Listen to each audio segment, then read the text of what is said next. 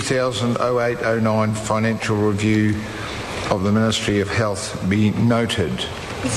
Honourable Ruth Dyson. Mr Chairman, I'm delighted to be able to speak in the appropriation 2008-09 financial review of the Ministry of Health, and I also want to mention in this debate the new language that has come to the fore when we're considering what is happening in the health system, when we're looking at services that people are currently receiving that are being cut, when we're looking at the impact of budget restraints that the Minister of Health is personally imposing on district health boards, when we look at the lack of support that the Minister is giving to the key sector leaders throughout the health system, this really is a big change. The new language of health, which the Acting Minister, Jonathan Coleman, repeated today, is extraordinary. We don't have cuts in health services.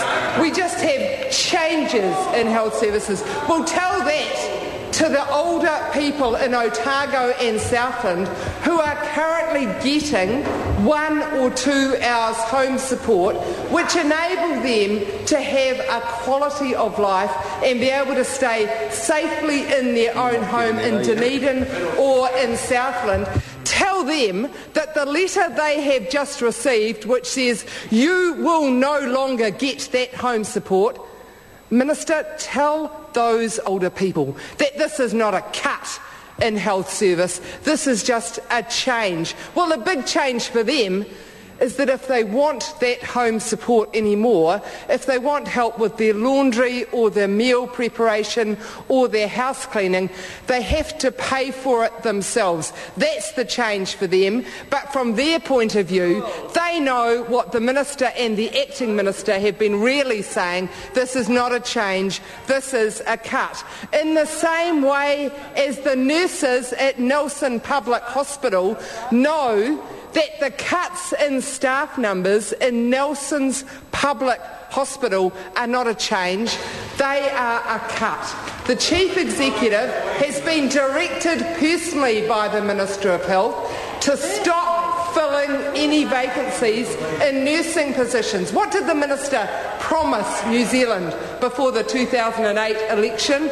He promised there would be no cuts to frontline services.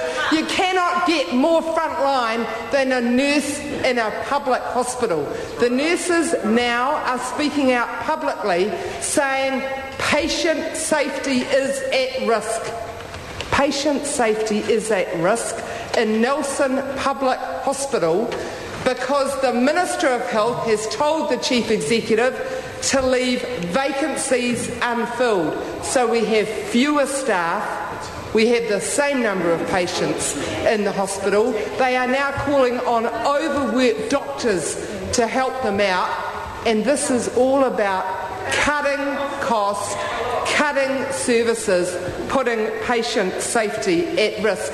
In Horowhenua, the good people of Horowhenua will be very interested to hear Jonathan Coleman, the Acting Minister, saying that the cut of 24 patient beds at the Horowhenua Health Centre, they've only got 24 beds and they're cutting 24 beds. Well, the good people of Horowhenua will be very interested to hear that that is not a cut in health services. Taking away 24 patient beds is just a change. This is the new language of health that Tony Ryle and Jonathan Coleman are trying to ram down the throats of the public of New Zealand, but they are not having a bar of it. We know, particularly as we look through the details in this financial review, that those are not changes in health.